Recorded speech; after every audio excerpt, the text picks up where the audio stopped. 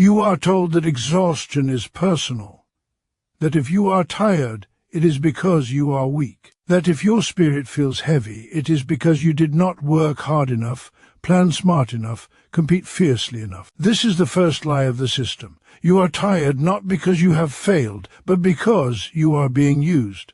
Look around you. A society that boasts of progress, yet produces generations drained of meaning. A world that celebrates productivity while hollowing out the very people who produce everything of value. Your fatigue is not an accident. It is evidence that you live under a system that consumes human life as fuel and calls it success. Under capitalism, labor is not an expression of life, it is a commodity. Your time, your energy, your creativity are bought as cheaply as possible and extracted as efficiently as possible. The worker is not seen as a human being, but as a cost to be minimized. And when the day ends, the system does not ask whether you are fulfilled, only whether profit has been realized. This is why you feel tired even when you have done nothing wrong. Because exhaustion is built into the structure of exploitation. The ruling class tells you that rest must be earned, dignity must be deserved, survival must be justified. They transform basic human needs into privileges and then sell them back to you at a price. Housing becomes a market, healthcare a commodity, education an investment,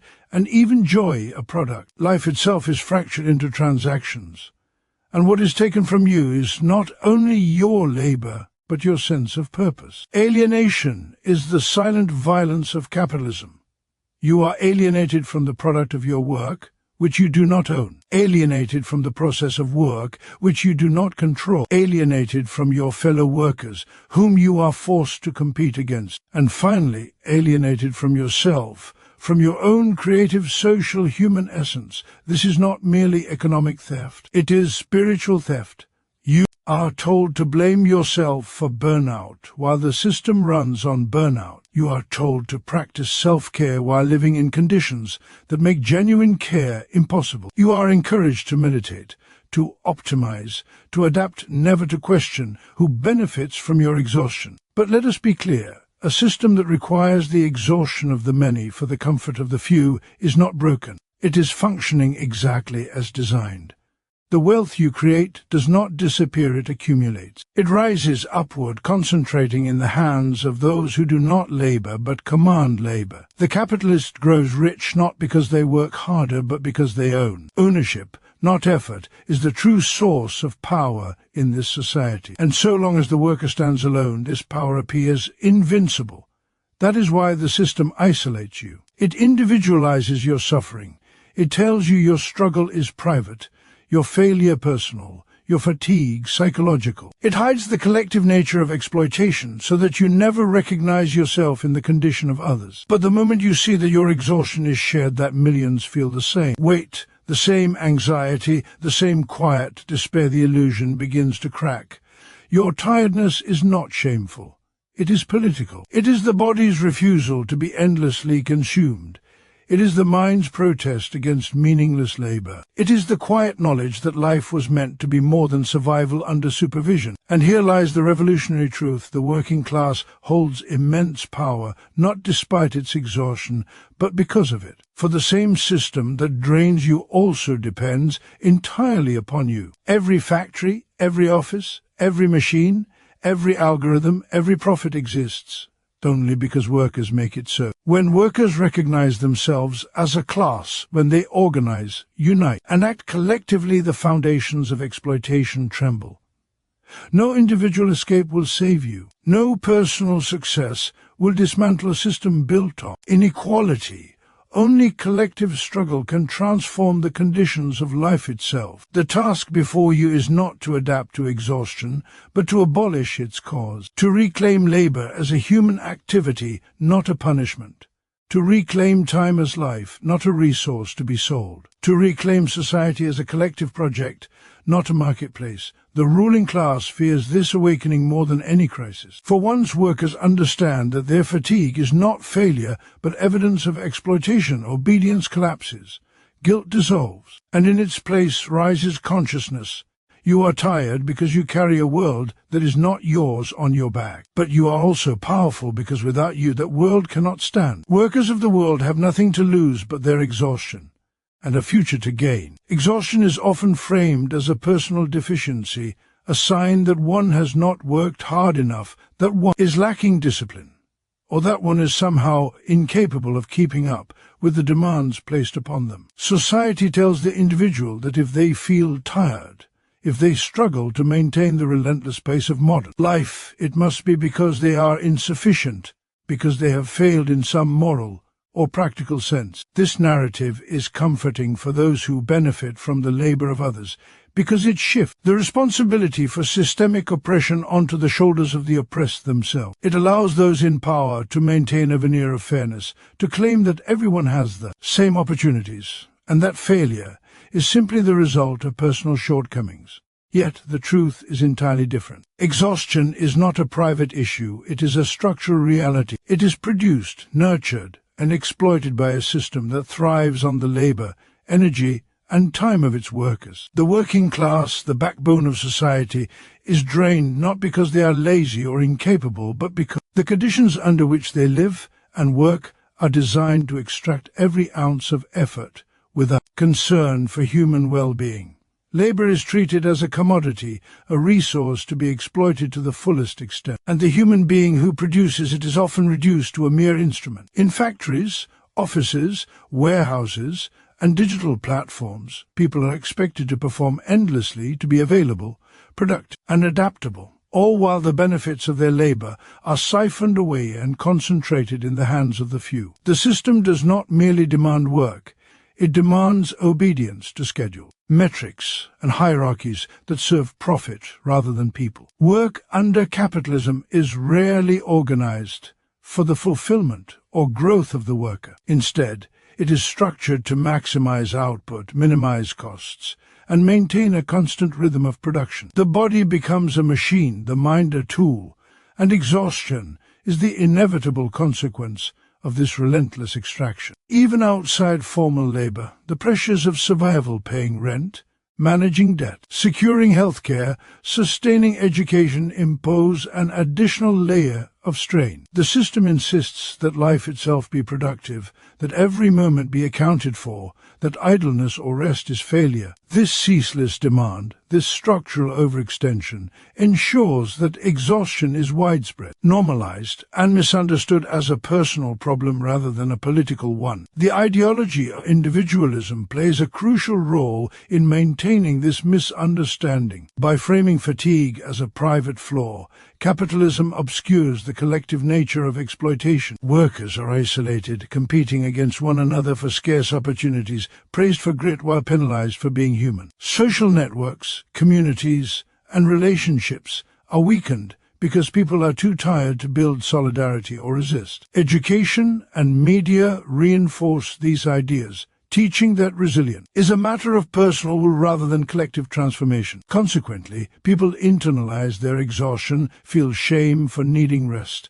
and strive to appear capable even while being consumed by the very system that devalues their labor. Fatigue is thus both a symptom and a mechanism of oppression. It signals the extraction of life itself and reinforces the conditions that make resistance difficult. The exhaustion of workers serves the interests of capital by limiting reflection, critical thinking, and the energy necessary for organizing. The system relies on the fact that when people are tired, they are less likely to question authority, less likely to unite, less likely to recognize that the cause of their weariness is external rather than internal. Exhaustion is therefore not accidental. It is an instrument of control, a method by which those in power maintain dominance without the overt use of coercion. Recognizing exhaustion as systemic shifts the conversation from personal blame to collective responsibility. It reveals that the struggles of the individual are inseparable from the economic and social structures that produce them. Once understood in this way, exhaustion can no longer be tolerated as a private failing. It becomes a political condition, a marker of inequality and injustice. Understanding that your tiredness is not a reflection of weakness but a consequence of exploitation allows a radical reframing of experience. It situates personal suffering within a broader context of labor, class, and power, and opens the path towards solidarity. It allows workers to see that the challenges they face are shared, that fatigue is evidence of systemic imbalance, and that collective action is necessary to address the underlying causes. Exhaustion, when recognized as systemic, becomes a call to awareness, a signal of the urgent need for social transformation, and a reminder that individual effort alone cannot undo structural oppression. Under capitalism, the process of work is fundamentally transformed from a human activity into a mechanism of separation. Labor, which in a free and communal society could be an expression of creativity, purpose, and social connection, becomes instead a means to an end dictated by profit. The worker no longer engages with work as an extension of their own faculty or desires. Rather, they are compelled to perform tasks that are disconnected from their own sense of agency, that serve the interests of owners and capitalists who reap the benefits of their effort. The products of labor are removed from the hands of the laborer, sold or exchanged in markets over which the worker has no control, creating a profound estrangement between the creator and the creation. The tools, the materials, the processes, and the outcomes all belong to someone else, and the worker's role is reduced to a function of production, a mere cog in a machine that produces value for others. This alienation is not only economic but psychological, for the worker cannot see their labor as an expression of their humanity. It is something external, imposed, and often oppressive. Creativity, the uniquely human capacity to transform and shape the world according to one's imagination and intellect, is likewise stifled. Under capitalism, innovation is not pursued for the flourishing of human potential, but for its capacity to generate profit. The worker's ideas, insights, and problem-solving are commodified, stripped of personal meaning, and absorbed into a system that prioritizes accumulation over fulfillment. Inventions and artistic expressions are not valued for their intrinsic worth or for the enrichment of communal life. They are valued for their marketability, for the advantage they can provide to those who control capital. The worker's creative energy is thus appropriated, redirected, and devalued in a cycle that leaves them both physically exhausted and spiritually hollow. Beyond the alienation from labor and creativity, capitalism also severs the bonds between individuals. Workers are pitted against one another in competition for employment, promotions, and recognition, encouraged to see each other as rivals rather than comrades. This division is deliberate, a structural feature of the system that ensures labor remains fragmented and disempowered. The shared experience of exploitation, which could serve as a basis for solidarity and collective action, is obscured by the ideology of individualism. People are taught to internalize their struggles, to view success and failure as personal rather than systemic, and to isolate themselves from those with whom they share common conditions. Social relationships, which could otherwise nurture cooperation, trust, and mutual support, are instead strained by the pressures of survival within a competitive framework. The alienation is thus multidimensional, from the product, from the act of labor, from one's own creative capacities, and from the community of peers. Each layer reinforces the others, creating a profound sense of disconnection and helplessness that is normalized as the condition of modern life. This estrangement is not accidental but inherent to the logic of capital. By separating workers from the outcomes of their labor, by appropriating creativity for private gain, and by fostering competition over solidarity, the system ensures that the very people who produce wealth are denied the full experience of their humanity. Alienation also perpetuates inequality because it masks the power structures that govern society. When workers are disconnected from the products of their labor, from their own creative capacity, and from each other, they are less able to recognize their collective strength. The system exploits this lack of consciousness, making it difficult for individuals to see the social and economic forces that shape their lives, much less to organize effectively to challenge them. Education, media, and cultural narratives reinforce these divisions, teaching workers to aspire to individual success rather than collective liberation, to value marketable skills over personal fulfillment, and to measure their worth according to their productivity within a system that is fundamentally exploitative. The alienation that results is thus both a tool of control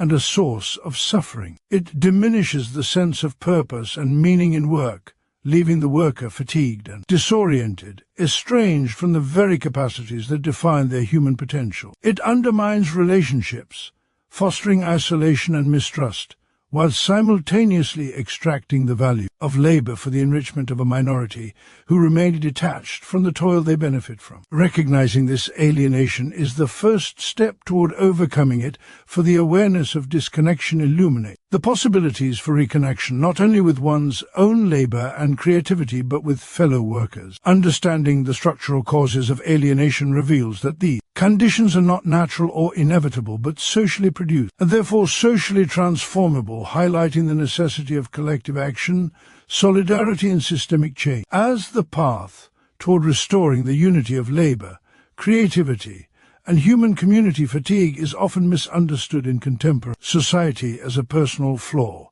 a sign that an individual has not managed their time, energy, or priorities effectively. People are told that if they feel drained, it is because they are lazy, undisciplined, or insufficient in some moral or practical sense. This framing obscures a deeper truth. Fatigue is not a private issue but a social and political phenomenon. It is produced, maintained, and amplified by systems of oppression that depend upon the exhaustion of the many to enrich the few. The experience of chronic tiredness, of being perpetually worn down even without failure, reflects structural conditions rather than individual shortcomings. Under capitalism, the human body and mind are systematically exploited as instruments of production. Workers are required to meet relentless demands, perform monotonous tasks, and submit to schedules and hierarchies designed for efficiency and profit rather than human well-being. Labor is extracted to maximize output and minimize cost, leaving little room for autonomy, creativity, or rest. Even outside formal employment, the pressures of modern life, paying rent, managing debt, securing healthcare, sustaining education, and navigating social expectations add layers of strain that accumulate and compound. These pressures are not accidental. They are engineered to maintain a system in which the survival of the individual is inseparable from the extraction of value for others. Fatigue in this context is inherently political because it arises from collective conditions imposed by a social and economic system, not from personal weakness. When millions experience exhaustion simultaneously, it signals that the structure governing their lives demand unsustainable levels of labor and compliance. Individualizing this fatigue, treating it as a private failing, serves the interests of those who benefit from exploitation by masking the systemic sources of oppression. Workers are taught to internalize responsibility for their tiredness, encouraged to pursue self-optimization, therapy, or productivity hacks, while the material conditions that cause their exhaustion remain untouched. Ideology, education, and media reinforce this narrative, portraying the struggle for survival as an individual challenge rather than a collective condition, obscuring the reality that the same pressures weigh upon countless others in similar circumstances. Fatigue is also political because it diminishes the capacity for critical reflection, resistance, and collective organization. A tired population is less likely to recognize the structural causes of its suffering, less capable of mobilizing, and less inclined to challenge inequality. Exhaustion becomes both a symptom and a mechanism of control, limiting the ability of workers to envision alternatives to the conditions imposed upon them. Moreover, fatigue is closely tied to alienation, the separation of individuals from the products of their labor, from their creative capacities, and from one another. The more people are alienated, the more they experience their work as meaningless and draining, the more their energy is consumed without the satisfaction of purpose or fulfillment. This alienation is not a personal misfortune but a product of a system that appropriates human effort for the accumulation of wealth in the hands of a minority. Understanding fatigue as political reveals the interconnections between exhaustion and broader social hierarchies. Marginalized communities often bear disproportionate burdens, working multiple jobs, navigating systemic discrimination, and enduring social neglect. Their fatigue is amplified by oppression that intersects across class, race, gender, and other axes of inequality. The exhaustion of the oppressed is thus a visible manifestation of structural injustice a bodily record of social and economic exploitation that cannot be reduced to personal inadequacy. Recognizing fatigue as political reframes the conversation from individual responsibility to collective condition. It highlights that the solution to exhaustion is not merely self-care or personal adjustment, but systemic transformation. It calls attention to labor rights, fair wages, humane working conditions, and social policies that respect the human need for rest, community, and creativity. It invites solidarity, emphasizing that the struggles of one are inseparable from the struggle of many, and that collective action is required to address the root causes of exhaustion. Fatigue, once understood in this light, becomes a signal of inequality, a marker of exploitation, and a call to awareness. It transforms the private experience of tiredness into a political statement, a testament to the ways in which society organizes labor, distributes resources, and structures life itself. When individuals see their exhaustion as part of a shared condition, it fosters consciousness of systemic injustice and opens the possibility for coordinated action to resist exploitation, reclaim human energy, and reconstruct society along lines of equity, dignity, and solidarity. True power does not reside in wealth alone, nor in the private ownership of property, nor in the ability of a few to control the lives of many. It resides in the collective strength of those who produce the wealth, who create the goods, services, and knowledge that sustain society. The working class, the vast majority of people whose labor is the foundation of all material and social life, holds immense, latent power that is often unrecognized because it is dispersed, uncoordinated, and obscured by structures of control. Capitalism functions by fragmenting the workforce, isolating individuals, and promoting competition among peers rather than cooperation,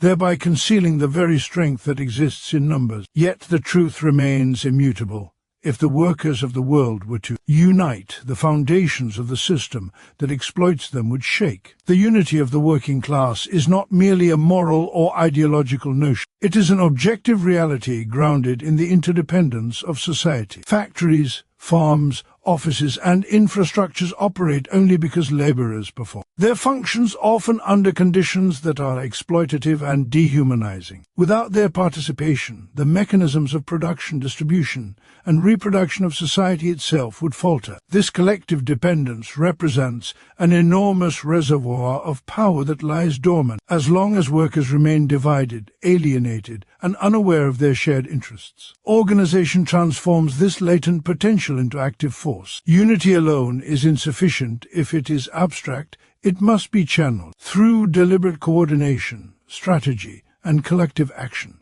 Historical examples, from labor unions to revolutionary movements, demonstrate that organized workers can resist exploitation, demand justice, and restructure the conditions of social life. Organization allows workers to articulate common grievances, to assert their rights, and to negotiate from a position of strength. It is the bridge between individual frustration and systemic change, the mechanism by which the dispersed energy of the masses becomes a coherent, directed force. The power of organization also lies in its capacity to challenge the ideological apparatus of capitalism. The system relies on the belief that inequality is natural, that success and failure are personal, and that obedience is a virtue. When workers unite, these illusions are exposed. They see that the scarcity they are told to fear is manufactured, that competition is enforced, and that the prosperity of the few depends entirely on the labor of the many. Consciousness and organization are inseparable. The realization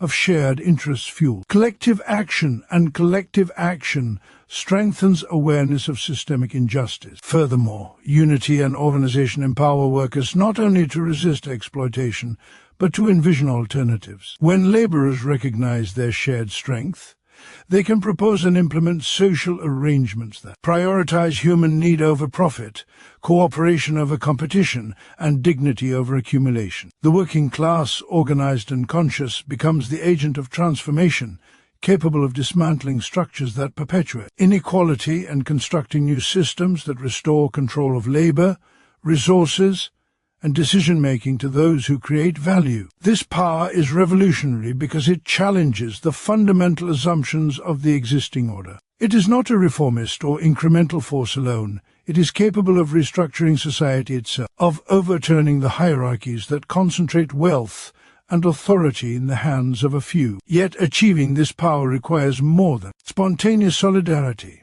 It requires deliberate, sustained, and strategic efforts to build institutions, networks, and movements that can mobilize the collective capacity of the working class. Education, communication, and organization are essential tools to overcome the fragmentation imposed by the system and to channel shared strength toward concrete objectives. The unity of workers also has a psychological and moral dimension. When individuals recognize themselves as part of a larger collective, they are emboldened. Fear, isolation, and despair, which are tools of oppression, are diminished by the awareness of solidarity. Courage grows when struggle is shared, and perseverance becomes possible because individuals are supported by the collective will. The organized working class is thus not only materially powerful but socially and psychologically fortified, capable of sustaining long-term struggles against entrenched forces of exploitation. True power, then, is not measured in terms of personal wealth,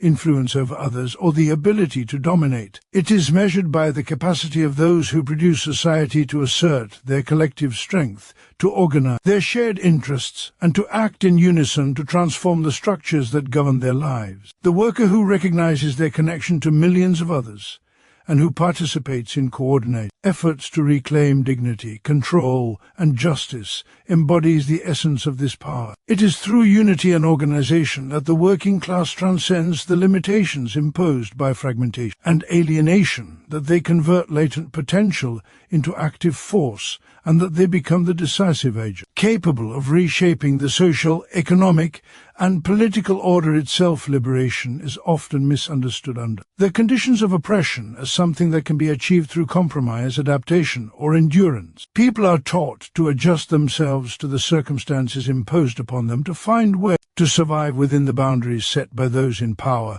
and to accept incremental improvements as the limit of possibility. Yet true liberation is fundamentally incompatible with adaptation to exploitation. When individuals or groups merely accommodate the conditions of inequality, they internalize the logic of the system, accept the hierarchies that oppress them, and inadvertently perpetuate their own subjugation. Capitalism, and any system built on the extraction of labor for private profit, depends on this very adaptation. It demands that workers, the oppressed, and the marginalized bend to its imperative, suppress their grievances, and normalize their fatigue, scarcity, and alienation. Survival becomes a performance of compliance, and endurance is celebrated as a virtue while the underlying mechanisms of oppression remain untouched. Liberation, by contrast, demands confrontation rather than accommodation. It requires a recognition that exploitation is not an unfortunate accident, nor a series of personal failings, but a structural condition intentionally maintained to benefit a minority at the expense of the majority. Those who are oppressed cannot achieve freedom simply by learning to work harder, compete more efficiently, or endure longer hours. Such strategies reinforce the system that enforces exploitation, making the endurance of suffering appear virtuous while leaving the fundamental imbalance of power intact. The worker who adapts to exploitation may survive in the short term, but survival within a system designed to drain life, creativity, and agency is not emancipation. True liberation requires dismantling the very structures that extract value, impose hierarchy, and fragment human potential. It begins with consciousness, the awareness that one's oppression is not natural or inevitable, but socially produced and therefore socially alterable. This awareness is the spark that separates passive endurance from active resistance. When individuals recognize that their suffering is a collective condition rather than a personal misfortune, they see that liberation is possible only through collective action and systemic transformation. Exploitation thrives on division, isolation, and competition among those it oppresses. The system teaches individuals to view their struggles as private, to blame themselves for fatigue, failure, or scarcity, and to compete with peers for limited opportunities. Liberation challenges these narratives by fostering solidarity, demonstrating that power lies in numbers, and revealing that collective action can reclaim agency and redistribute control. Dismantling exploitation requires courage, organization, and strategic effort. It involves identifying the institutions, practices, and relations of power that perpetuate inequality and taking deliberate steps to replace them with structures that prioritize human need, dignity, and cooperation. This is not merely an economic or political project, but a social and cultural one. Reshaping the values, norms, and expectations that underlie oppression. Resistance to exploitation is therefore both a defensive and a creative act. It defends the worker against further depletion of life, energy, and potential while creating the conditions for a society in which labor is liberating, not alienating, and in which human creativity, collaboration, and well-being are prioritized over profit. Liberation also requires rejecting the myth that success within an exploitative system is equivalent to freedom. A worker may secure comfort, status, or wealth by navigating the system more effectively than others, but these individual gains do not abolish the exploitation endured by the majority. True freedom cannot coexist with structures that systematically appropriate labor, divide communities, and concentrate power in the hands of a few. The pursuit of liberation demands transforming these structures, reclaiming control over labor and resources, and reorganizing society around principles of equity, solidarity, and collective empowerment. Adaptation, on the other hand, is the acquiescence to conditions of oppression, and it inevitably limits the imagination, capacity, and ambition of those subjected to exploitation. When workers merely adapt, the system remains intact, the mechanisms of extraction continue, and the potential for human flourishing is curtailed. Liberation is radical in its scope because it confronts the root causes of suffering rather than treating its symptoms. It is political, economic, and social, encompassing the entirety of life and demanding a reorientation of priorities from profit and hierarchy toward cooperation, fulfillment, and shared prosperity. To dismantle exploitation is to recognize the inherent value of human labor, creativity, and community, and to assert that these cannot be subordinated to the interests of a minority. The struggle for liberation is therefore inseparable from the struggle against exploitation, and the failure to confront exploitation directly ensures the perpetuation of suffering, alienation, and inequality. True freedom emerges not from endurance within a system designed to oppress, but from collective effort to overthrow that system, reclaim human agency, and construct social relations in which dignity, justice, and empowerment are foundational rather than optional. The fatigue, alienation, and exhaustion experienced by millions are not signs of personal failure, but the visible consequences of systemic exploitation. Capitalism alienates workers from their labor, their creativity, and one another, while portraying these conditions as individual shortcomings. Fatigue is political, a collective symptom of oppression, and a signal that the system thrives on the depletion of human energy and spirit. True power lies not in the accumulation of wealth or authority, but in the unity and organization of the working class, whose labor sustains the world yet is consistently undervalued and controlled. Liberation cannot be found in adaptation or endurance within an exploitative system. It requires confronting and dismantling the structures that perpetuate inequality, reclaiming human agency, and building a society based on solidarity, dignity, and collective empowerment. Only through awareness, organization, and struggle can the oppressed transform exhaustion into action and oppression into freedom.